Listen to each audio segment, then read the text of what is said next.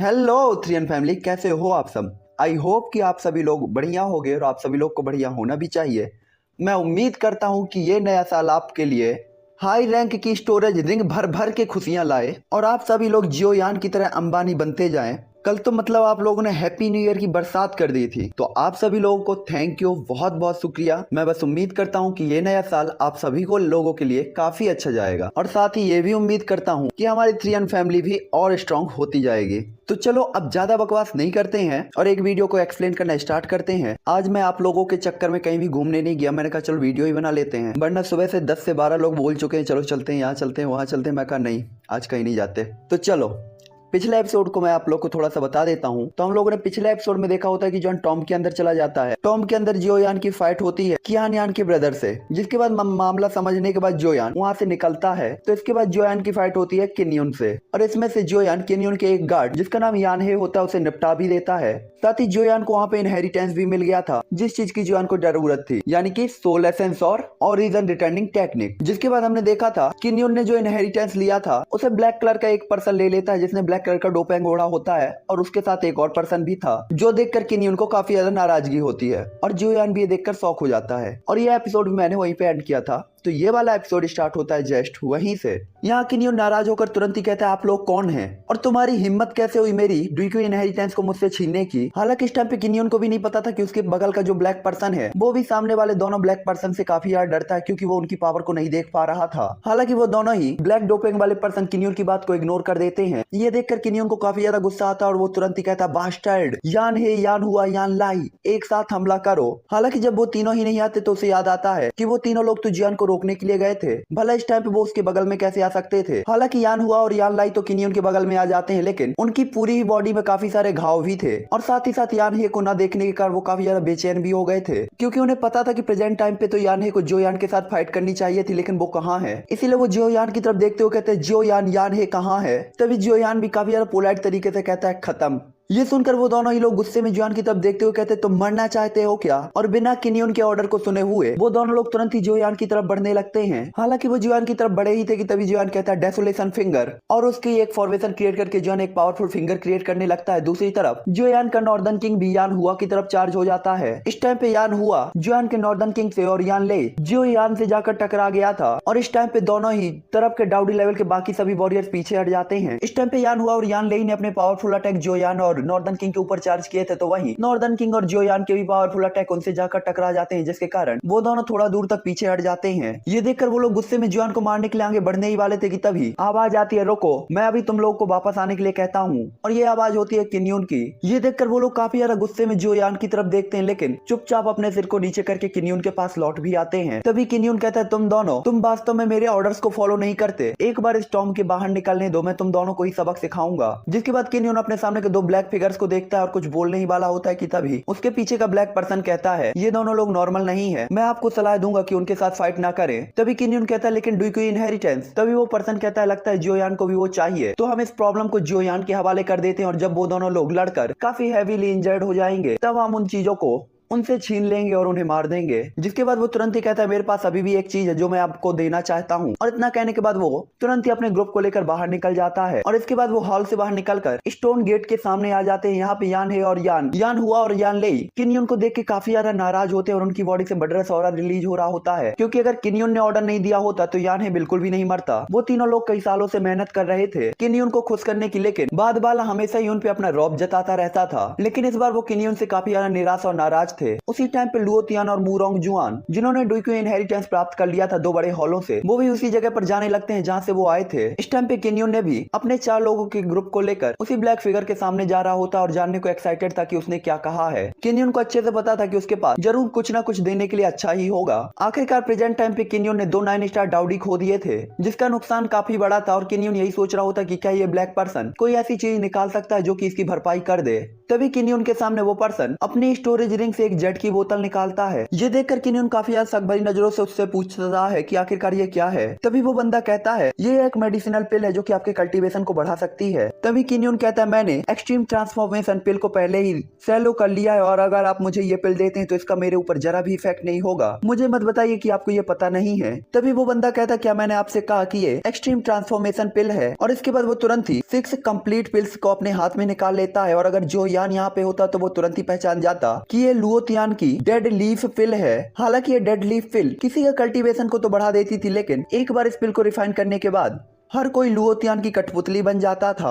हालांकि किन्यून के ग्रुप को इसके बारे में कुछ भी पता नहीं था, लेकिन ब्लैक कलर के पर्सन की बात को सुनकर यान हुआ और यान ले तुरंत ही उस पिल को स्वेलो कर लेते हैं। इस पिल को स्वेलो करने के बाद उनकी पावर ओरिजिन ट्रांसफॉर्मेशन लेवल तक तो नहीं पहुंचती, लेकिन एडवांस 9 स्टार डाउडी लेवल तक वो पहुंच जाते हैं। ये देखकर किन्यून भी आखिरकार एक पिल को स्वेलो कर लेता है और उसकी पावर 7 स्टार के इंटरमीडिएट लेवल पर पहुंच जाती है। जब ब्लैक पर्सन ये देखता है तो तुरंत ही अजीब सी स्माइल करते हुए कहता है चलिए आप चलते हैं। और इसके बाद वो जहाँ से आए थे उसी तरफ वापस लौट जाते हैं और कहते हैं हमारे पीछे एक अच्छा शो अभी भी हमारा वेट कर रहा है। जिसके बाद हमें उसी बड़े हॉल का सीन दिखाया जाता है जहाँ पे 20 से भी कम लोग बचे हुए थे और इन 20 में से जोयान और 2 ब्लैक पर्सन भी थे जिन्होंने किन्यून से इनहेरिटेंस छुड़ा लिया था और उनके सामने तियानजू की स्टोन स्टैचू होती है। हालांकि इस टाइम पे वो 2 ब्लैक डोपेंग वाले पर्सन कुछ भी नहीं कहते, बस उनके चेहरे पे एक स्माइल होती है जोयान को देखकर। हालांकि इस टाइम पे जहाँ तक जोयान की बात थी तो वो झिझक रहा होता है क्योंकि उसके सामने के 2 लोगों ने पहले ड्यू की इनहेरिटेंस को प्राप्त कर लिया था, लेकिन फिर भी वो नहीं जा रहे होते।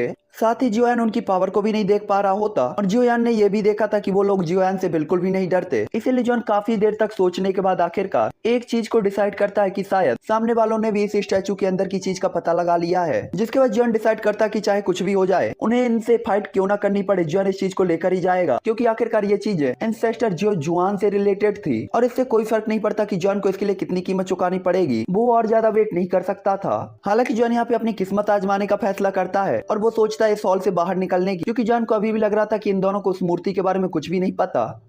हालांकि जैसे ही जोयान मुड़कर इस हॉल को छोड़ने वाला होता है तभी वो देखता है हॉल में केवल वही 3 लोग बचे हुए हैं। हालांकि जोयान जैसे ही निकलने वाला था तभी पीछे 2 लोगों में से एक जो छोटा दिखाई दे रहा था अचानक ही 1-2 कदम आगे बढ़कर ओल्ड और मजाक भरी आवाज में कहता है मिस्टर जोयान, हमें पिछली बार मिले हुए कई साल हो गए, आप कैसे हैं? जोयान जो कि बाहर निकलने ही वाला था इस आवाज को सुनकर अचानक ही रुक जाता है और काफी ज्यादा सरप्राइज होता है। इस टाइम पे जोयान को भी झटका लगा हुआ होता है कि आखिरकार वो उसकी आइडेंटिटी को कैसे जानते हैं और उनकी आवाज भी काफी ज्यादा फ्रेंडली थी। हालांकि तभी वो दोनों ही लोग धीरे धीरे अपने ब्लैक डोपेंग को धीरे धीरे हटाते हैं और उनका चेहरा सामने आता है और उनके चेहरे पे काफी ज्यादा फैमिलियर और फ्रेंडली स्माइल होती है। उसे देखकर जोयान को ऐसा लगता है कि जैसे वो सपना देख रहा हो। और इसके बाद जोयान तुरंत एक्साइटेड होकर ओल्ड मैन के सामने झुकता है और अपने दोनों हाथों को आगे बढ़ाकर ग्रीट करते हुए काफी रिस्पेक्टेड वे में कहता है मैं जूनियर जोयान एल्डर लुओ को ग्रीट करता हूँ। उसी टाइम पे ओल्ड लुओ जब जोयान को देखते हैं तो काफी ज्यादा सेटिस्फाइड और क्यूट स्माइल उनके चेहरे पे आ जाती है और उनका चेहरा काफी ज्यादा प्रसन्न होता है। इस टाइम पे Elder Luo ancient sweat city वाले एल्डर लुओ थे और साथ ही साथ उनके बगल में जो बंदा था वो ऑब्वियसली लुओजिन था जो कि जोयान का युआनबू कॉन्टिनेंट का सबसे पहला फ्रेंड था। यहाँ पे ओल्ड लुओ तुरंत स्माइल करते हुए कहते हैं छोटे साथी, हमें पिछली बार मिले हुए कई साल हो गए, आपके अचीवमेंट तो सच में काफी ज्यादा तारीफ के लायक हैं। आखिरकार उन्होंने जोयान की जो फाइटिंग स्किल्स देखी थी वो कुछ ऐसी थी जो कि पूरे युआनबू कॉन्टिनेंट में कोई भी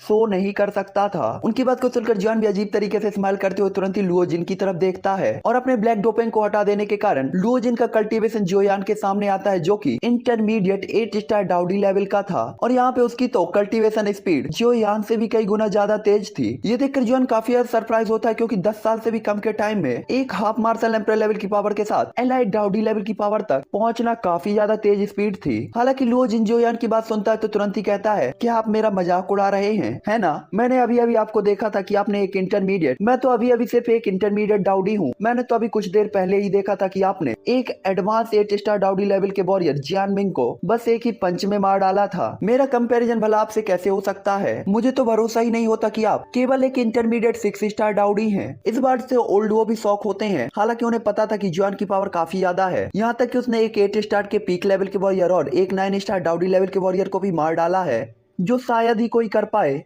6 स्टार डाउडी लेवल की पावर के साथ। हालांकि तभी ओल्ड लुओ कहते हैं कि अगर आप लास्ट तक यहाँ पे रुके हुए हैं तो इसका कारण होना चाहिए और इसके बाद वो तुरंत ही मेन सब्जेक्ट पर आ जाते हैं और तीनों लोग मुड़कर हाल के डीप एरिया के उस स्टैचू को देखते हैं। जिसके बाद जोयान भी उस स्टैचू को देखकर तुरंत ही कहता है ये सही है, इस तियानियों के टॉम के अंदर एंटर होने के बाद मेरा मेन टारगेट डुइक्यू इनहेरिटेंस नहीं था, इसके बजाय मुझे तियान्यू की स्पिरिचुअल एसेंस और वो मेथड प्राप्त करनी थी। इस टाइम पे ओल्ड लुओ जियोयान की बात को सुनकर काफी ज्यादा शौक होते हैं कि जियोयान डुइक्यू इनहेरिटेंस को छोड़ने को तैयार है, जिसका मतलब था कि डुइक्यू इनहेरिटेंस वो अपने पास रख सकते थे। हालांकि वो जियोयान के लिए थोड़ा सा बैड फील करते हैं, लेकिन उन्हें भी नहीं पता था कि क्या स्पिरिचुअल एसेंस वास्तव में यहाँ पे होगा। जिसके बाद तीनों लोग स्टैचू को देखते हैं और इसके बाद ओल्ड लुओ जियोयान की तरफ देखते हुए चीजों को एक्सेप्ट करते हुए अपना सिर हिलाते हैं। ये देखकर जियोयान के सोल बीड से अचानक ही उसकी स्पिरिचुअल पावर निकलती है और धीरे धीरे स्टैचू की तरफ बढ़ने लगती है। और तभी उस मूर्ति से अचानक ही गोल्डन लाइट काफी ज्यादा ह्यूज क्वांटिटी में प्रोड्यूस होने लगती है और तुरंत ही उस पूरे स्टैचू को घेर लेती है, जो देखकर लुओ जिन और ओल्ड लुओ काफी ज्यादा शॉक होते हैं। कोई भी बता सकता था कि ये जो गोल्डन लाइट है ये कोई फॉर्मेशन या बैरियर होना चाहिए और इसकी रैंक भी कम नहीं लगती, जिसका मतलब था कि तियानजू ने ही इसे पीछे छोड़ दिया था। और अगर कोई तियानजू के उस स्पिरिचुअल एसेंस को जबरदस्ती लेने की कोशिश करेगा तो ये स्टैचू तुरंत ही ब्लास्ट हो जाएगा और स्पिरिचुअल एसेंस भी ब्लास्ट हो जाएगा। तभी ओल्ड लुओ कहते हैं मुझे उम्मीद नहीं थी कि वो ओल्ड मैन इतना ज्यादा अलर्ट रहेगा, ऐसा लगता है कि वो रैंक 6 का फॉर्मेशन मास्टर होना चाहिए। ओल्ड लुओ की बात को सुनकर लुओ जिन तुरंत ही शॉक होते हुए कहता है कि रैंक 6 का फॉर्मेशन मास्टर क्या वो आपके जैसा नहीं है?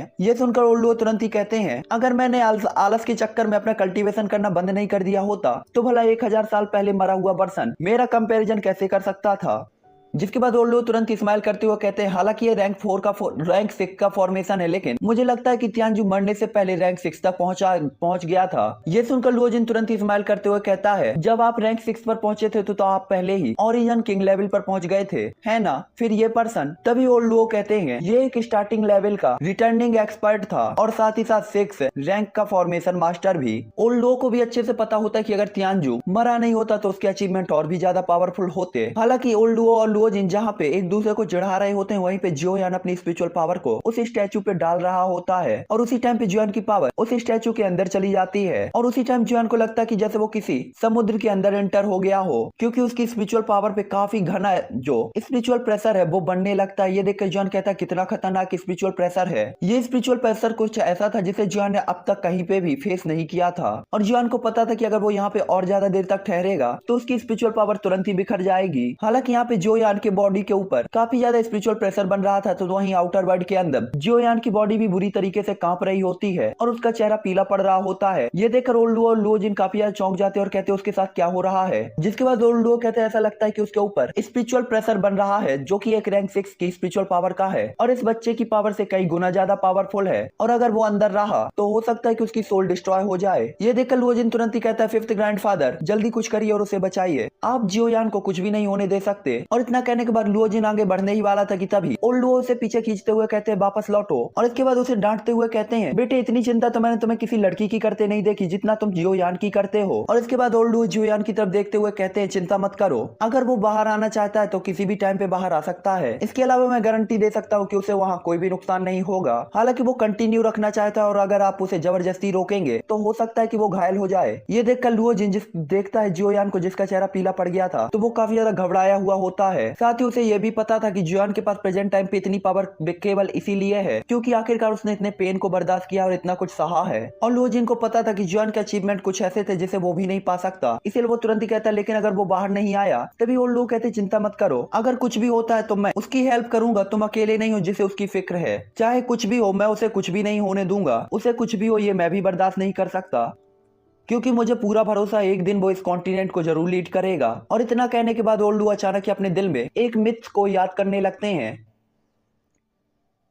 जो कि था कि 1000 साल पहले इस कॉन्टिनेंट के अंदर एक अजीब से आदमी का जन्म हुआ था जो कि काफी ज्यादा मिस्टीरियस था। वो काफी ज्यादा स्पीड के साथ ग्रो होता है और 100 साल से भी कम के टाइम पे वो मिस्टीरियस पर्सन सबसे पावरफुल पर्सन बन जाता है। यहाँ तक कि इस कॉन्टिनेंट का नंबर 1 सेक्ट वो भी उसका कंपैरिजन नहीं कर पाता। इसके बाद वो उस लेजेंडरी लेवल तक पहुंच जाता है और पूरे ही कॉन्टिनेंट को बदल देता है। हालांकि किसी ने भी उसे नहीं देखा था और ना ही कोई उसके बारे में बात कर पाया था। उस पर्सन के बारे में केवल इतना ही पता था कि उसके काफी अलग अलग कलर के बाल थे और वो काफी ज्यादा एक्स्ट्रा ऑर्डिनरी था। ताउसी एशियन गॉड के बारे में बात कर रहे हैं ये, क्योंकि उन्हीं के अलग अलग कलर के बाल थे, वो भी हेवनली फ्लेम के कारण। और जो ताउसी एशियन गॉड थे वो भी जियोयान की तरह ही थे। उन्होंने फ्लेम मंत्र का कल्टीवेशन किया था, फ्लेम्स को सैलो किया था और यही एक रीजन था कि वो कम टाइम में काफी पावरफुल हुए थे और अपना जियोयान सेम उन्हीं के कदमों पे चल रहा है। इस टाइम पे लुओ या यहाँ पे ये सोच ही रहे होते कि जियोयान भी उस प्रेशर के अंदर अपने आप को बनाए रखे हुए था। हालांकि यहाँ पे जियोयान को जो पेन हो रहा था वो भी काफी ज्यादा होने लगा था और जियोयान को पता था कि कुछ ही टाइम के अंदर उसका स्पिरिचुअल एसेंस डैमेज हो जाएगा अगर ये सिलसिला जारी रहा तो बाहरी दुनिया में जुआन के पीले चेहरे को और पीला होता देखकर ओल्ड लुओ भी काफी ज्यादा शौक होते हैं और अब वो खुद को कंट्रोल नहीं कर सकते थे। उन्हें पता था कि जुआन को वो स्पिरिचुअल एसेंस चाहिए, लेकिन अपनी प्रेजेंट टाइम की पावर के साथ जुआन उसे निकालने में कैपेबल नहीं होगा। तभी जुआन भी कहता है, धिक्कार है, क्या मेरे पास पीछे हटने के अलावा कोई ऑप्शन नहीं है। और जुआन ने ये सोचा ही था कि ओल्ड लुओ आगे बढ़कर जुआन की स्पिरिचुअल पावर को निकालने में उसकी मदद करने वाले थे। हालांकि उसी टाइम पे जो यान की स्टोरी रिंग अचानक से साइन होती है और उससे एक जेट की बोतल निकलती है जो कि तुरंत ही ब्लास्ट हो जाती है और ओल्ड लुओ और लुओ जिन स्पष्ट रूप से देख सकते थे कि एक हल्का क्रीम कलर का एनर्जी एसेंस वहाँ पे घूम रहा था। ये देखकर वो तुरंत ही कहते वो है और काफी ज्यादा शौक तरीके से उसे देखते हुए कहते हैं एनर्जी एसेंस। उन्होंने देखा था कि वो जैसे ही उस एनर्जी एसेंस को देखते हैं जो कि तुरंत ही उस स्टैचू के अंदर जा चुका था, तो स्टैचू के अंदर से रिलीज होने वाला प्रेशर भी तुरंत ही गायब हो गया था और जो यान की बॉडी जो कि काफी ज्यादा पेन झेल रही थी वो भी कम हो गया था। और वहाँ स्टैचू के अंदर प्रेशर हट जाने के बाद अब टाइम था जियोयान को अंदर की चीजों को स्कैन करने का। हालांकि जुआन के सामने केवल व्हाइट कलर का स्पिरिचुअल फॉग ही होता है जिसके अलावा जुआन को कुछ भी नजर नहीं आता। ना ही जुआन को पता था कि अभी अभी क्या हुआ, लेकिन जुआन काफी ज्यादा अलर्ट तरीके से आसपास को स्कैन करने लगता है। हालांकि जुआन थोड़ी सा क्यूरियस होकर आगे काफी ज्यादा अलर्ट तरीके से बढ़ ही रहा था कि तभी एक स्पिरिचुअल एसेंस बॉल जुआन के सामने आती है और वो तुरंत एक लाइट के साथ एक ओल्ड मैन में अपियर हो जाती है, जो देखकर जुआन काफी ज्यादा शॉक होता है क्योंकि ये ओल्ड मैन बिल्कुल वैसा ही था जैसा कि वो स्टैचू में था। और ये देखकर जुआन काफी ज्यादा सरप्राइज होकर चिल्लाते हुए कहता है, रिस्पेक्टेड तियानजू। जिस क्षण जुआन ने ऐसा कहा तो वो ओल्ड मैन जो कि काफी ज्यादा अपसेंट सा खड़ा हुआ था काफी ज्यादा शॉक होते हुए जुआन की तरफ देखता है और इसके बाद थोड़ा सा एम्बेरस होते हुए उनकी नजर सीधा उनके हाथ पे एक क्रीम कलर के स्पिरिचुअल एसेंस पे जाती है और जुआन जैसे ही उसे देखता है तो तुरंत ही कहता वो है एंसेस्टर जुआन का सोल एसेंस। और इसके बाद जुआन सोचता है कि आखिरकार ये उनके हाथ में कैसे आ गया और वो क्या करने की कोशिश कर रहे हैं। साथ ही जुआन थोड़ा सा उदास भी हो जाता है और उसके दिमाग में काफी सारे थॉट आने लगते हैं। तभी तियानयू कहते हैं, चिंता मत करो छोटे साथी, मैं बस थोड़ा सा क्यूरियस और हैरान हूँ। उस समय मैंने पूरी जीवन रिटर्निंग टेक्निक के पहले स्क्रोल को खोजने में बिता दी, लेकिन मुझे वो अंत तक नहीं मिला। मुझे भरोसा नहीं था कि मेरी मौत के 1000 साल के बाद मैं ये चीज देखूंगा। न जाने ये कैसी किस्मत है। उनकी बात को सुनकर जुआन थोड़ा सा शांत होता है, लेकिन अभी भी वो काफी ज्यादा अलर्ट था। साथ ही जुआन को यह भी पता था कि भले वो 1000 साल पहले मर चुके हों, लेकिन उनके स्पिरिचुअल प्रेशर को अभी अभी जुआन ने झेला था, जिसका सिंपल सा मतलब था कि अगर तियानजू यहाँ पे जुआन के साथ कुछ भी करना चाहते हैं तो जुआन बच नहीं पाएगा। हालांकि तभी तियानजू जुआन की तरफ देखते हुए कहते हैं, मैं देख सकता हूँ कि ये आपके लिए काफी ज्यादा इंपॉर्टेंट होने चाहिए। और इसके बाद तुरंत ही वो सोल एसेंस को जुआन की तरफ बढ़ा देते हैं, जिसे जुआन काफी ज्यादा आराम से और अलर्ट तरीके से पकड़ता है। और ये देखने की बात की तियानजू ने उसके साथ कुछ भी नहीं किया, थोड़ा सा रिलैक्स फील करता है। जिसके बाद तियानजू कहते हैं, चिंता मत करो, मैं उसे कुछ भी नहीं करने वाला। आखिरकार मैं 1000 साल पहले वाला पर्सन हूँ, भले ही मेरा पुनर्जन्म हुआ हो, मेरे पास उसके लड़ने के लिए कोई भी रीजन नहीं है। मैंने वैसे भी अपना पर्याप्त जीवन जी लिया है और रिटर्निंग टेक्निक के माध्यम से ब्रेक थ्रू करने के लिए मैंने कई सारे तरीकों को खोजा, क्योंकि मैं देखना चाहता था कि क्या इसके अलावा भी आगे बढ़ने का कोई और रास्ता है, लेकिन मुझे ऐसा कोई भी रास्ता नहीं मिला। जुआन भी ये बात समझता था। तभी वो बताते कि रिटर्निंग टेक्निक के कल्टीवेशन से आप काफी स्पीड से ग्रो हो सकते हैं और केवल 100 सालों के अंदर ही काफी पावरफुल एल्डर बन सकते हैं। हालांकि हर चीज के नुकसान और फायदे भी होते हैं, तो रिटर्निंग टेक्निक के भी 2 नुकसान थे। पहला तो इसके 3 ब्रेक थ्रू थे और दूसरा रिटर्निंग टेक्निक को 3 स्क्रोल में डिवाइड किया गया था, और अगर आप तीनों ही स्क्रोल को कल्टीवेट नहीं कर पाते तो आप पावरफुल नहीं बन पाएंगे। आखिरकार इसका रीजन तियानजू खुद थे, क्योंकि उनके पास भी तीनों स्क्रोल नहीं थे और इसीलिए वो उस पावरफुल लेवल पर नहीं पहुंच पाए। हालांकि कुछ देर तक कुछ सोचने के बाद अचानक ही तियानजू और जुआन एक दूसरे को देखते हैं और स्माइल करते हुए कहते हैं, छोटे लड़के ये बहुत अच्छा है, मुझे लगता है तुम उसे बचाने के लिए यहाँ आए हो, है ना।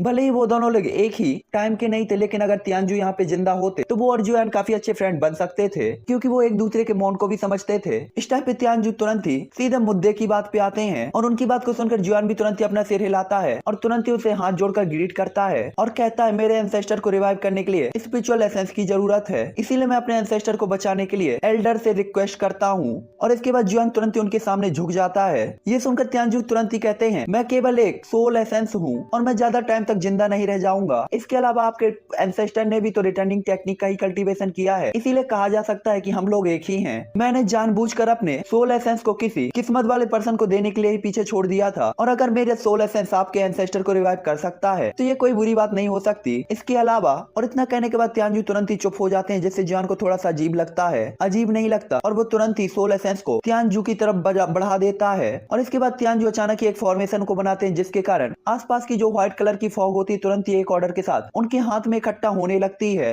ये देखकर जॉन थोड़ा सा चौंक जाता है और तुरंत ही कहता है, एल्डर मेरे एंसेस्टर की सोल बहुत कमजोर है, अगर आप इस तरीके से हम इस मेथड का यूज करेंगे तो मुझे डर है। तभी तियानजू कहते हैं, चिंता मत करो छोटे साथी, अगर तुम मेरी सोल एसेंस को जबरदस्ती रिफाइन करते तो हो सकता है कि इसका बैकलेस हो सकता था, लेकिन ये मेरा सोल एसेंस और इसे मैं अपनी मर्जी से उसे दे रहा हूँ, इसीलिए इसका कोई भी बैकलेस नहीं होगा। और जहाँ तक आपके एंसेस्टर की बात है तो वो काफी ज्यादा वीक है, इसीलिए मुझे विश्वास है कि वो इसका विरोध बिल्कुल भी नहीं करेंगे, इसीलिए ये काफी ज्यादा तेजी स्पीड से होगा। और साथ ही साथ उनको मिलने वाला जो सोल एसेंस होगा वो भी काफी ज्यादा पावरफुल होगा, जो कि आपके एंसेस्टर के लिए काफी ज्यादा फायदेमंद होगा। और वो स्माइल करते हुए तुरंत ही सोल एसेंस को एंसेस्टर जुआन की तरफ बढ़ाने लगते हैं। और जैसा कि उन्होंने कहा था वैसा ही होता है, ये फ्यूजन काफी ज्यादा इजी तरीके से हो रहा होता है और वो इसे रिफाइन भी बहुत जल्दी कर पा रहे होते हैं। शायद ये इसलिए था क्योंकि उन्होंने जो ड्यूकी मेथड को कल्टीवेट किया था वो दोनों ही ड्यूकी मेथड बिल्कुल समान थे। और इसी मामले के कारण तियानजू की सोल एनर्जी से एंसेस्टर जियो जुआन के ठीक होने के चांसेस काफी ज्यादा बढ़ गए थे, जिसके कारण जुआन भी अपना काफी ज्यादा एक्साइटेड दिखाई देता है, क्योंकि आखिरकार इतने सालों के बाद एक बार फिर से वो जियो जुआन को देखने वाला था। इस फ्यूजन को देखकर जुआन भी रिलैक्स होकर पीछे हट जाता है, क्योंकि उसे पता था कि तियानजू इसे काफी अच्छी तरीके से कंट्रोल कर रहे हैं और वो जियो जुआन को कुछ नहीं होने देंगे। जिसके बाद बाहरी दुनिया में जुआन अपनी आंखें खोलता है और ओल्ड लुओ और लुओ जी ने देखकर काफी ज्यादा चौंक जाते हैं और तुरंत ही कहते क्या वो आपको मिल गया, क्योंकि उन्होंने जुआन की एनर्जी में कोई भी चेंजेस नहीं देखे थे। उनकी बात को सुनकर जुआन भी अपना सिर हिला देता और कुछ भी नहीं कहता, बस सामने वाले स्टैचू को देखने लगता है। हालांकि तभी उस स्टैचू से काफी खतरनाक स्टॉर्म रिलीज होने लगता है, जो कि आसपास की दीवारों को भी तुरंत ही डिस्ट्रॉय कर देता है और सभी लोग काफी ज्यादा हैरान होते हैं। तभी एल्डर लुओ और लुओ जिन तुरंत ही कहते हैं क्या हुआ, और इसके बाद वो तुरंत ही जुआन के पीछे आ जाते हैं। तभी जुआन भी सिर हिलाकर कहता है कुछ नहीं हुआ। हालांकि इस टाइम पे जुआन लुओ जिन और ओल्ड लुओ के सामने एक बड़े से हॉल के अंदर काफी सारी ब्लैक फिगर्स थी। उन्होंने देखने पे ऐसा लग रहा था कि किसी ने सेल्फ डिस्ट्रक्शन किया है, और ऐसा कहते हुए ओल्ड लुओ काफी ज्यादा टेंशन फ्री दिखाई दे रहे थे। लेकिन जुआन देख सकता था कि जो सामने की ह्यूमन फिगर्स हैं वो सभी एक ही ग्रुप की लग रही थी, और उस ग्रुप में काफी कम लोग थे, जिसका मतलब था बस थोड़े ही लोग बचे थे। इस टाइम पे जुआन इस ग्रुप के बारे में बिल्कुल भी टेंशन में नहीं होता, बल्कि वो ये जानना चाहता था कि आखिरकार ग्रुप किसका है। हालांकि वो ग्रुप जैसे ही जुआन के सामने थोड़ा सा नजदीक दिखता है तो जुआन तुरंत ही समझ जाता है कि उस ग्रुप में जो 4 लोग हैं उनमें से जो व्हाइट कलर के कपड़े पहने हुए था और काफी ज्यादा यंग था, साथ ही उसके पीछे 3 ओल्ड मैन भी थे, और इन लोगों से जुआन मिला था। लेकिन इस टाइम पे ये पागलों की तरह भाग रहे होते हैं, और इन 4 लोगों का ग्रुप मूरोंग जुआन का ग्रुप था। और दूसरे लोगों ने फील कर लिया था कि मूरोंग जुआन के पास ही ड्यूकी इनहेरिटेंस है, और यही एक रीजन था कि वो ग्रुप मूरोंग जुआन का पीछा कर रहा था। और इसी लड़ाई के कारण उसका जो ग्रुप था उसके काफी सारे लोग मारे गए थे, और बचे हुए कुछ लोगों ने मूरोंग जुआन को बचाने के लिए सेल्फ डिस्ट्रक्शन करना स्टार्ट कर दिया था। लेकिन यह फिर भी काफी नहीं था। हालांकि तभी वहां पे आवाज आती है, मैं देखना चाहता हूँ कि तुम कितनी बार सेल्फ डिस्ट्रक्शन कर सकते हो। और इसके बाद एक ओल्ड मैन काफी ज्यादा इविल स्माइल के साथ उनकी तरफ बढ़ने लगता है और अपने पीछे के लोगों को तुरंत ही सामने वालों पर अटैक करने के लिए कहता है। और इस टाइम पे ये पर्सन लुओ तियान होता है। ये देखकर मूरोंग जुआन कहता है, डैम इट, वो हम सबको मारने की कोशिश कर रहे हैं। यहाँ पे मूरोंग जुआन ने फील किया था कि अगर वो ड्यूकी इनहेरिटेंस चाहता तो वो उसे पहले ही देकर यहाँ से चला जाता, लेकिन वो इस टॉम के अंदर हर एक पर्सन को मारना चाहता था और उसका इरादा किसी को भी जाने देने का नहीं था। हालांकि तभी उसके पीछे का एक बंदा कहता है, यंग मास्टर चिंता न करे, मैं आपको हर कीमत में बचाऊंगा, भले ही मुझे अपनी जान को जोखिम में डालना क्यों न पड़े। ये सुनकर मूरोंग जुआन तुरंत ही कहता है, अंकल कान चलिए साथ चलते हैं। और मूरोंग जुआन उनका हाथ पकड़ने ही वाला था कि तभी अंकल कान तुरंत ही एक पावरफुल अटैक मूरोंग जुआन के ऊपर करते हैं, जिससे मूरोंग जुआन आगे की तरफ काफी दूर जाकर गिरता है और साथ ही अपने साथ वाले 3 लोगों को भी पीछे धकेल देते हैं। और इसके बाद कहते हैं, तुम लोग अगर उन्हें मारना चाहते हो तो तुम्हें मुझसे निपटना चाहिए। और इनके बाद उनकी बॉडी में अचानक ही एक पावरफुल ब्लास्ट होता है, और उनके ब्लास्ट होते ही आसपास काफी ज्यादा फ्लक्चुएशंस होता है और पूरे टॉम्ब के अंदर अजीब से मिस्टीरियस आइकन शो होने लगते हैं। ये देखकर ओल्डर लुओ तुरंत ही शॉक होते हुए कहते हैं, ये है एक और फॉर्मेशन जो कि हर एक एनर्जी को ऑब्जॉर्व कर लेती है। और इसके बाद वो तुरंत ही कहते हैं, मुझे डर है कि ये फॉर्मेशन भी रैंक 6 की होनी चाहिए। इस टाइम पे मूरोंग जुआन भी काफी ज्यादा गुस्से में चिल्लाते हुए कहता, अंकल कान।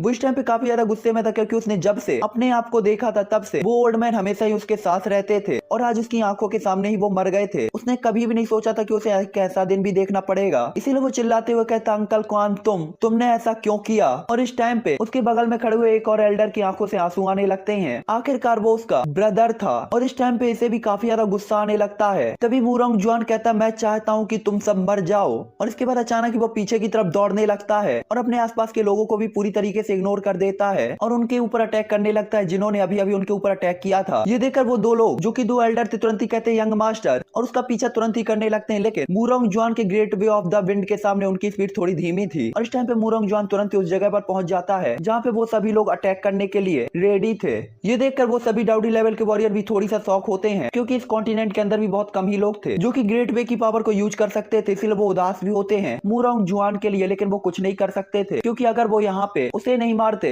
तो लुओ तियान उन्हें मार देता। इसीलिए दो डाउडी लेवल के वॉरियर जो कि मूरोंग के क्लेन से ही थे उनके सामने अचानक ही मूरोंग जुआन के ऊपर पावरफुल अटैक गिरते हैं और इसके बाद एक ब्लास्ट के साथ चारों तरफ धूल बिखर जाती है और जैसे ही धूल हटती है तो उस जगह पर कुछ भी नहीं था जहाँ मूरोंग जुआन पहले खड़ा था। ये देखकर लुओ तियान तुरंत ही कहता है क्या, और वो थोड़ा सा घबराया हुआ भी था। तभी उसके सामने एक एक करके दो ह्यूमन फिगर अपेयर होती हैं जो कि मूरोंग जुआन और दूसरा पर्सन, जिसे देखकर लुओ तियान तुरंत ही काफी ज्यादा शौक होता है क्योंकि वो बंदा जियो यान था। इस टाइम पे लुओ तियान उदास होकर तुरंत ही कहता है जियो यान फिर से तुम हो, क्या तुम सच में सोचते हो कि तुम मेरी स्ट्रेटजी को खराब कर सकते हो। इस टाइम पे वो ड्यू की इनहेरिटेंस के सबसे ज्यादा नजदीक था फिर भी सामने वाले ने उसे रोक दिया था। तभी लुओ तियान के बगल में ब्लैक कपड़े पहने हुए पर्सन भी जियो यान की तरफ देखता है और काफी ज्यादा कोल्ड और पॉइजनस नजर से वो जियान को देख रहा था। तभी जियान भी कहता है लुओ तियान तुम और मैं पहले ही आग और पानी के जैसे हैं, तो क्या मेरे लिए तुम्हारी स्ट्रेटजीज को खराब करना सही नहीं है। और इसके अलावा वो ऐसा कोई पर्सन नहीं है जिसे तुम छू सकते हो। जिसके बाद जियो यान स्माइल करते हुए तुरंत ही लुओ तियान के ब्लैक फिगर के देखता है जो कि उसके बगल में खड़ी थी। तो वो तुरंत ही कहता है ये वही है जो किन्नियोन के बगल में खड़ा था, अब वो लुओ तियान के पास क्यों आ गया। जिसके बाद जियान समझ जाता है कि शायद इस ब्लैक पर्सन का लुओ तियान के साथ कोई कंट्रोल और रिलेशन होना चाहिए और इसे लुओ तियान ही कंट्रोल कर रहा है। जिसके बाद जियान के फेस इंप्रेशन एक बार फिर से बदल जाते हैं क्योंकि वो उस भीड़ में यान हुआ और यान ली को भी देखता है लेकिन उसे किन्नियोन कहीं भी दिखाई नहीं देता। ये देखकर जियान सरप्राइज नहीं होता। जियान को पता चल गया था कि शायद इस ब्लैक पर्सन ने किन्नियोन को धोखा दिया है, लेकिन हालांकि यान हुआ और यान ली तो किन्नियोन के ही गार्ड थे। लुओ तियान के पास क्यों खड़े थे ये जियान को समझ में नहीं आता। हालांकि जियान के लिए ये बिल्कुल भी इंपॉर्टेंट नहीं था। जियान के लिए इंपॉर्टेंट था कि उसे सामने वाले ग्रुप को पूरी तरीके से डिस्ट्रॉय करना था। हालांकि तभी मूरोंग जुआन कहता तुमने मुझे क्यों बचाया। तभी जियान कहता जैसा कि मैंने पहले कहा कि मैं और वो आग और पानी की तरह है, तो उसकी स्ट्रेटजीज को बर्बाद करना मेरे लिए अच्छी बात है। और तो और आप मूरोंग कियान के भाई हैं, इसीलिए आपको बचाने के मेरे पास और भी कई रीजन थे। इस टाइम पे जियान उससे कुछ भी नहीं छिपाता। हालांकि तभी भी वो कहता है मुझे लगता है कि तुम्हारी बात पे विश्वास किया जा सकता है, लेकिन फिर भी मैं अभी भी तुम्हें अपनी बहन के घर से भाग जाने के लिए दोषी ठहराऊंगा। और इसके बाद वो नफरत से लुओ तियान की तरफ देखते हुए कहता है लुओ तियान मैं इसे याद रखूंगा और भविष्य में आपने जो आज किया है उसकी कीमत आपको चुकानी पड़ेगी। ये सुनकर लुओ तियान तुरंत ही कहता है फ्यूचर में क्या, फ्यूचर में मैं देखना चाहता हूँ कि आप दोनों कैसे, अरे नहीं आप चारों कैसे यहाँ से बचकर जाएंगे। और इसके बाद वो मूरोंग जुआन के दो एल्डर्स को भी देखता है जो कि 9 स्टार डाउडी थे और एक 8 स्टार डाउडी। तभी लुओ तियान उसकी बात को इग्नोर करते हुए उसकी बात को इग्नोर करते हुए कहता है लुओ तियान मुझे उम्मीद नहीं कि आप इतने सारे लोगों को कंट्रोल करने के लिए डेड लीप पर भरोसा करेंगे। हालांकि मुझे विश्वास है कि आप देर सवेर खुद को मार ही डालेंगे। ये सुनकर लुओ तियान तुरंत ही कहता हो सकता है कि ये सच्चाई हो और शायद तुम सही भी हो, लेकिन मुझे डर है कि तुम उस दिन तक जिंदा नहीं रह पाओगे। और इसके बाद लुओ तियान तुरंत ही 29 9 स्टार डाउडी लेवल के वॉरियर्स को जो यान की तरफ भेज देता है। ये देखकर मूरोंग जुआन के वो दो डाउडी लेवल के वॉरियर भी आगे आ जाते हैं और सीरियस तरीके से अपने सामने के 29 डाउडीज को देखने लगते हैं। हालांकि तभी जियान कहता है रुको इन्हें मैं देखता हूँ। और इसके बाद जोयान आगे आते हुए कोल्ड स्माइल के साथ उन सभी लोगों को देखता है। हालांकि जोयान को देख के पीछे के वो दो एल्डर अभी भी चौंके हुए थे क्योंकि उन्हें पता था कि जोयान चाहे कितना भी पावरफुल क्यों ना हो वो 29 डाउडी लेवल के वॉरियर्स के लिए मैच नहीं होगा। यहाँ तक कि लुओ तियान भी ये देखकर काफी ज्यादा हंस रहा होता है क्योंकि इस टाइम पे उसकी पावर काफी ज्यादा थी और उससे लड़ना मतलब मौत की तलाश करना ही था। हालांकि उसी टाइम पे ब्लैक फिगर वाला पर्सन अचानक ही अपने थॉट को वापस ले लेता है और कुछ सोचने लगता है। आखिरकार उसे जुआन के बारे में अच्छे से पता था और अगर जुआन ने ऐसा कुछ कहा है तो वो कॉन्फिडेंट तो होगा ही, लेकिन उसे भी समझ में नहीं आता कि आखिर वो कौन सी चीज है जिसके कारण जुआन 29 डाउडी लेवल के वॉरियर्स के साथ भी फाइट करने के लिए रेडी है। हालांकि वो जुआन के ऊपर शक करता ही है कि तभी जोयान के मुंह से एक आवाज निकलती है फ्रीज। और जुआन के इतना कहते ही डाउडी लेवल के वॉरियर्स के जो 29 अटैक्स होते हैं वो तुरंत ही हवा में अचानक ही रुक जाते हैं। और इसके बाद उसी मोमेंट पे दो ब्लैक कलर की फिगर जिन्होंने ब्लैक डोपेंग ओढ़ा हुआ था जो यान के पास दिखाई देती हैं। तभी एल्डर लुओ कहते हैं छोटे साथी तुम दूसरों को डराने के लिए अपनी पावर का यूज कर रहे हो, काफी अच्छी बात है। ये सुनकर भी जुआन अजीब तरीके से स्माइल करता है। ओल्ड लुओ की छेड़खानी से जुआन भी अजीब तरीके से स्माइल करता है। तभी ओल्ड लुओ अपने ब्लैक डोपेंग से सामने वाले 9 स्टार डाउडी लेवल के वॉरियर्स को देखते हैं और उनके देखने बस से ही वो सभी सुपर एक्सपर्ट जो कि वेस्ट रीजन के अंदर काफी पावरफुल माने जाते हैं एक ही सेकंड के अंदर चींटियों की तरह कमजोर हो जाते हैं और विरोध करने की उनमें जरा भी पावर नहीं होती। ये देखकर वो सभी लोग तुरंत ही कहते इतनी बड़ी ताकत, ओरिजिन ट्रांसफॉर्मेशन एक्सपर्ट। इस टाइम पे सभी लोग काफी ज्यादा डरे हुए होते हैं। हालांकि वो जल्दी ही खुद को ठीक भी कर लेते हैं, क्योंकि उन्हें पता था कि एक ओरिजिन ट्रांसफॉर्मेशन लेवल का वॉरियर भी 29 डाउडी लेवल के वॉरियर्स को एक ही टाइम पे कंट्रोल नहीं कर पाएगा। इसीलिए वो तुरंत ही सोचते हैं कि क्या ये पर्सन उससे भी ज्यादा पावरफुल है, और ये सोचकर वो ज्यादा सोचने की हिम्मत ही नहीं करते, क्योंकि उन्हें पता था कि सामने वाला वॉरियर लगता है उस लेवल पर है जिसे वो छूने की भी हिम्मत नहीं कर सकते। तभी लुओ तियान के बगल में एक बंदा कहता है, आप वही दो लोग हैं ना जिन्होंने डुइक्यू इनहेरिटेंस को छीन लिया था। वो इस टाइम पे काफी ज्यादा शौक होता है कि आखिरकार ये दोनों बंदे जियो यान के साथ क्यों खड़े हैं। तभी ओल्ड लुओ भी स्माइल करते हुए कहते हैं, दम है तो छीन लो, जैसा कि आपने कहा ये डुइक्यू इनहेरिटेंस आपका होना चाहिए, तो अगर ऐसा है तो आओ और इसे ले लो। ओल्ड लुओ की बात को सुनकर लुओ तियान के बगल में खड़ी ब्लैक फिगर का चेहरा तुरंत ही हरा हो जाता है, क्योंकि उसे पता था कि दूसरी पार्टी काफी ज्यादा पावरफुल है और एक ही टाइम पे वो 29 डाउडी लेवल के वॉरियर्स को दबा सकती है, तो भला वो कैसे उस पर अटैक करेगा। तभी ओल्ड लुओ कहते क्योंकि आप इसे नहीं करना चाहते तो मैं ही कर देता हूँ, और इसके बाद एक कोल्ड स्मेल पास करते हैं। आखिरकार किसी को भी ना पता हो, लेकिन ओल्ड लुओ को पता था कि सामने वाला पर्सन कौन है। साथ ही वो इस टॉम के अंदर एंटर होने से पहले जियो यान और किन्योन के ग्रुप को काफी ध्यान से ऑब्जर्व कर रहे थे, इसलिए तुरंत ही वो अपनी पावर के साथ एक हाथ को आगे बढ़ाते हैं और उस ब्लैक फिगर को तुरंत ही उठा लेते हैं, जो कि ओल्ड लुओ के सामने डर से कांपने लगता है। तभी ओल्ड लुओ कहते हैं, आप मेन हॉल के दूसरे हॉल मास्टर होंगे। मैं काफी ज्यादा एक्साइटेड हूँ कि आप कॉन्टिनेंट के बॉर्डर में चारों तरफ बिखरे हुए थे, तो आप वास्तव में क्या करना चाहते हैं। इस टाइप वो कितना भी हिलडुल ले, लेकिन वो ओल्ड लुओ के हाथ से बच नहीं पा रहा था, और ओल्ड लुओ ने उसे अपने पास खींचकर काफी प्रेशर से दबा दिया होता है, जिससे वो डरा हुआ होता है। ओल्ड लुओ की बात को सुनकर वो ब्लैक फिगर भी काफी ज्यादा डर जाता है और समझ जाता है कि हो सकता है ओल्ड लुओ भी वहीं से आए हैं जहाँ से वो आया था। जहाँ तक जियो यान का सवाल था, तो उन दोनों के बीच की बात को सुनकर जियो यान काफी ज्यादा शौक होते हुए कहता है, मेन हॉल वो क्या है, क्या वो किसी ब्रांच का नाम है या कुछ और है। आखिरकार मेन हॉल डुइक्यू कॉन्टिनेंट के में हॉल ऑफ सोल में भी मेन हॉल था, जिसे 3 लेवल में डिवाइड किया गया था, हेवन, अर्थ और मैन। मेन हॉल तीनों हॉल में सबसे लास्ट हॉल था, और हॉल ऑफ सोल में इसकी पावर सबसे कमजोर थी, लेकिन फिर भी हॉल ऑफ सोल के मेन हॉल को डुइक्यू कॉन्टिनेंट के अंदर सबसे पावरफुल माना जाता था। और उस टाइम पे जियो यान को मेन हॉल के प्रोटेक्टर बू मिले थे, जो कि काफी पावरफुल थे, और साथ ही साथ उसके टीचर याओ चाइंट को भी वही लेकर गए थे। तो अगर हॉल ऑफ सोल के सिस्टम को ही यहाँ पे लगाया जाए तो मैन हॉल क्या वही मैन हॉल नहीं हो सकता। और इसके बाद वो तुरंत ही सामने वाले ब्लैक फिगर को देखकर ये जानना चाहता था। तभी ओल्ड लुओ के सामने वाला ब्लैक पर्सन भी ओल्ड लुओ की तरफ देखते हुए डरते हुए कहता है, आप ये सब कैसे जानते हो, आप आखिरकार कौन हो। तभी ओल्ड लुओ कहते हैं, आपको ये जानने की कोई जरूरत नहीं है कि मैं कौन हूँ, आपको केवल ये जानने की जरूरत है कि मैं आपकी सोच से कहीं ज्यादा जानता हूँ। तो अगर तुम जीना चाहते हो तो मैं जो पूछ रहा हूँ उसे बताओ, आपने अपने आप को कॉन्टिनेंट के बॉर्डर तक क्यों फैलाया है। और इस टाइप पे ओल्ड लुओ का ऑरा काफी ज्यादा खतरनाक हो जाता है, जिसके कारण उस पर्सन को काफी ज्यादा पेन होने लगता है, और साथ ही साथ उसका धुआं और फॉग उसकी बॉडी से रिलीज होती है, जिसके बाद उसके चेहरे पे एक मुखौटा दिखाई देता है। ये देखकर जियोन तुरंत ही कहता है, ये घोस्ट हॉल से कोई है। और साथ ही जियोन ने देखा था किन्योन और लुओ तियान से भी इसका संबंध था। हालांकि जियोन ये सोच ही रहा था कि तभी उसी टाइम पे अचानक ही स्टॉर्म के अंदर काफी ज्यादा पावरफुल स्पिरिचुअल स्टॉर्म बहने लगता है, जिससे पूरा ही ये टॉम कांपने लगता है। स्टॉर्म को देखकर एल्डर लुओ भी काफी ज्यादा शौक होते हैं, और तुरंत ही ओल्ड लुओ, जियो यान और लुओ जिन को छोड़कर बाकी सभी लोग घुटनों के बल टिक जाते हैं, और उन सभी के चेहरे लाल हो जाते हैं। ये देखकर ओल्ड लुओ तुरंत ही कहते हैं, क्या चल रहा है, रैंक 5 की स्पिरिचुअल पावर, वहाँ कौन है, बाहर आओ। इस टाइप पे एल्डर लुओ भी काफी ज्यादा शौक होते हैं कि आखिरकार इतना पावरफुल स्पिरिचुअल पावर किसकी है। हालांकि जहाँ पे सभी लोग परेशान थे, वहीं पे जियोन काफी ज्यादा एक्साइटेड दिखाई दे रहा था, और बस उस टॉम के डीप एरिया को ही देख रहा था जहाँ से ये स्पिरिचुअल पावर रिलीज हो रही थी। और जियोन इसमें एक लाइव पावर को भी सेंस कर सकता था, और ये कोई जंगली शेर जैसा था जो कि अभी अभी जागा था एक गहरी नींद से। और बिल्कुल ये लाइव पावर अपने एंसेस्टर जियो जुआन की होती है, जिसे देखकर जियोन तुरंत ही कहता है, एंसेस्टर एल्डर जियो जुआन। और इसके बाद जियोन तुरंत ही स्पिरिचुअल पावर को और स्पिरिचुअल स्ट्रेम और प्रेशर को तुरंत ही इग्नोर करते हुए इसका एक्सट्रैक्शन स्टेप को अपनी एक्सट्रीम लेवल तक बूस्ट करके आगे की तरफ जाने लगता है। तभी ओल्ड लुओ कहते हैं, जियोयान वहां मत जाओ, वापस आओ। इस टाइम पे एल्डर लुओ को नहीं पता था कि आखिरकार ये स्पिरिचुअल पावर किसकी है, और जब उन्होंने देखा कि जियोन उसी तरफ पे चार्ज हो रहा है, तो वो जियो यान को लेकर वो थोड़ा सा टेंशन में रहते हैं, और तुरंत ही जियो यान को पीछे की तरफ अपने स्पिरिचुअल पावर से खींचने की कोशिश करते हैं। और उनका स्पिरिचुअल हैंड बस जियो यान के सामने आ गया था, और जियो यान को पकड़ने ही वाला था कि उसी टाइम पे अचानक ही डीप एरिया से एक वॉइस सुनाई देती है, सोल कंडेंसिंग फिंगर। और तुरंत ही एक पावरफुल फिंगर तुरंत ही ओल्ड लुओ के स्पिरिचुअल हैंड को डिस्ट्रॉय कर देती है, जो कि जियो यान के पास आने वाला था। अपने अटैक को पीछे आता देखकर ओल्ड लुओ तुरंत ही चौक होते हुए कहते हैं, धिक्कार है, कितनी पावरफुल स्पिरिचुअल अटैक। हालांकि अगर आप सोचते हैं कि आप उसे नुकसान पहुंचा सकते हैं तो इसके बारे में भूल जाइए। हालांकि ओल्ड लुओ एक बार फिर से अटैक करने वाले थे कि तभी जुआन चिल्लाते हुए कहता है एल्डर लुओ अटैक ना करें, वो मुझ पर नुकसान नहीं पहुंचाएंगे। उन्होंने आप पर अटैक किया क्योंकि उन्होंने सोचा आप मुझे नुकसान पहुंचाना चाहते हैं, आप अपनी स्पिरिचुअल पावर वापस ले लें। ये सुनते ही ओल्ड लुओ काफी ज्यादा चौंक जाते हैं कि आखिरकार जुआन ने ऐसा क्यों कहा। तभी जुआन उनकी तरफ सिर हिलाते हुए देखता है, जिसके बाद ओल्ड लुओ कहते हैं क्या ये पहले से हो सकता है। आखिरकार ओल्ड लुओ कई सालों से जिंदा थे और वो तुरंत ही समझ जाते हैं कि शायद वो क्रीम फॉग क्रिस्टल जो कि जुआन के सामने और उन सभी के सामने उसे स्टैचू के अंदर चला गया था, शायद वही होना चाहिए। और इतना सोचने के बाद वो थोड़ा सा रिलैक्स होते हैं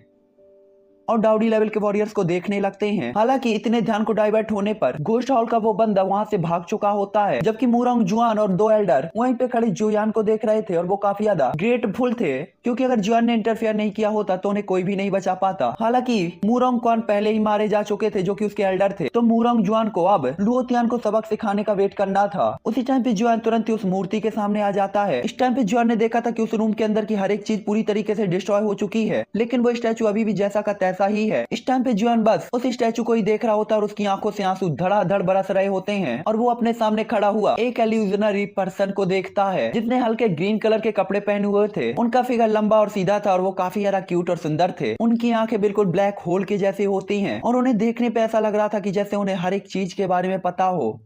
जिसके बाद हमें आवाज सुनाई देती है। वंशज जियोयान एंसेस्टर जियो जुआन का वेलकम करता है और इसके बाद तुरंत ही रिस्पेक्टेड तरीके से उन्हें ग्रीट करता है। इस टाइम पे जियो जुआन को देखकर जुआन अपने आप को रोने से नहीं रोक पाता, साथ ही उसका शरीर बुरी तरीके से कांप भी रहा होता है, जिसके कारण वो जमीन में गिर जाता है और अपने सामने वाले पर्सन को तुरंत ही झुककर ग्रीट करता है। उसी टाइम पे जियो जुआन एक सैटिस्फाइड स्माइल के साथ जियोयान को देखते हैं और उनका शरीर नीचे आता है और अपना हाथ बढ़ाकर वो जियोयान को उठाते हैं और स्माइल करते हुए कहते हैं लगता है ये सब तुमने किया है, तुम उस लेवल पर आखिरकार पहुंच ही गए। इस टाइम पे वो जुआन के डाउडी लेवल की बात कर रहे थे, तभी जुआन भी खड़ा होता है और आंसू पोंछता है और इसके बाद एम्बैरेस होकर तुरंत ही कहता है मैं केवल किस्मत वाला था कि एंसेस्टर की हेल्प के कारण ही मैं इस लेवल तक पहुंच पाया। ये सुनकर एंसेस्टर तुरंत ही कहते हैं हाँ आपको इतना पोलाइट होने की जरूरत नहीं है, मैंने जो किया वो केवल एक तरफा था, आखिर में तो सब कुछ आप पर ही डिपेंड था। और इसके बाद वो दोनों स्माइल करने लगते हैं और इसके बाद एंसेस्टर जियोयान तुरंत ही घूमकर उस स्टैचू की तरफ देखते हैं और एक स्माइल के साथ ग्रेटफुल तरीके से हाथ जोड़ते हुए ग्रीट करते हुए कहते हैं आपके इनहेरिटेंस के लिए बहुत बहुत धन्यवाद एल्डर। ये देखकर जुआन भी तुरंत ही उनके साथ उन्हें ग्रीट करता है और इसके बाद वो जैसे ही खड़े होते हैं तो उन्हें पता चलता है कि तियानजू की जो स्टैचू है वो धीरे धीरे क्रैक होने लगी है और उससे काफी ज्यादा पावरफुल गोल्डन लाइट प्रोड्यूस हो रही थी जो कि तुरंत ही पूरे हॉल को कवर कर लेती और पूरे बाहर के हॉल में भी यही नजारा चल रहा होता है। इस टाइम पे ओल्ड वो भी हॉल के भीतर को ही देखते हैं जहाँ से जुआन अब तक बाहर नहीं आया था, तो वो तुरंत ही कहते हैं धिक्कार है, ये टॉम डिस्ट्रॉय होने वाला है, लगता है तियानजू की फॉर्मेशन ऑन हो गई है, हमें इस जगह को छोड़ना चाहिए। तभी लोजिन कहता है लेकिन जियोयान अंदर है, हमें उसे बाहर लाना चाहिए। ये सुनकर ओल्ड वो तुरंत ही कहते हैं तुम यहाँ रुको और मेरे लिए वेट करो। इस टाइम पे ओल्ड को अच्छी तरीके से पता था कि ये रैंक 6 का फॉर्मेशन होना चाहिए और अगर ये ऑन हो गया तो उन्हें भी अलर्ट रहने की जरूरत थी और उन्हें खुद जाकर ही जुआन को बचाना पड़ेगा। हालांकि ओल्ड वो जाने ही वाले थे कि तभी आसपास की जगह तुरंत ही डिस्ट्रॉय होने लगती है। ये देखकर ओल्ड वो तुरंत ही दुई के पिलर को आगे बढ़ा देते हैं और अपने सामने गिरने वाली चट्टानों को रोकने की कोशिश करते हैं, लेकिन तभी अचानक एक क्लॉ अटैक होकर उनके अटैक को डिस्ट्रॉय कर देता है। इस टाइम पे इस फॉर्मेशन के कारण ये टॉम काफी ज्यादा स्पीड के साथ डिस्ट्रॉय होने लगा था और ऐसे फॉर्मेशन के अंदर काफी सारे पावरफुल लाइटिंग्स निकल रही होती है जो कि 9 स्टार डाउडी लेवल के वॉरियर को भी डिस्ट्रॉय करने में कैपेबल थी। हालांकि इस टाइम पे जैसे ही ओल्ड वो का भी पिलर टूटता है तो वो भी शॉक होते हुए कहते हैं क्या, क्योंकि आखिरकार इतने सालों में ये पहली बार हुआ था। तभी उस खाली जगह में एक जायंट बीस्ट अपेयर होता है और उस बीस्ट की बॉडी काफी बड़ी थी और रंग गहरा काला था जो कि सब कुछ स्वैलो कर सकता था। साथ ही इस बीस्ट की 4 आंखें होती हैं और ये एक चिंपैंजी बंदर जैसा ही लग रहा होता है। इसका सिर शेर की तरह था। कुल मिला के पावरफुल बीस्ट था और उस बीस्ट को देखकर ओल्ड वो तुरंत ही चिल्लाते हुए कहते हैं ये है व्हाइट लाइटिंग बीस्ट। और उस बीस्ट के एक ही रोर के साथ पूरी फॉर्मेशन कांपने लगती है और ये जो टॉम होता है तुरंत ही ढहने लगता है। उसी टाइम पे जियोयान जहाँ पे था वहाँ पे भी फॉर्मेशन एक्टिवेट हो जाती है और गोल्डन लाइट के साथ वो जगह भी डिस्ट्रॉय होने लगती है। तो चलो गाइस ये एपिसोड अब यहीं पर एंड करता हूँ। मैं नेक्स्ट एपिसोड को स्टार्ट करूंगा साथ या थोड़ी देर बाद या कि देखो कब आता है। आज मैं घूमने भी नहीं गया इस एपिसोड के चक्कर में, तो चलो इसे देखो आप। मैं मिलता हूँ आपसे नेक्स्ट एपिसोड पे। Bye bye.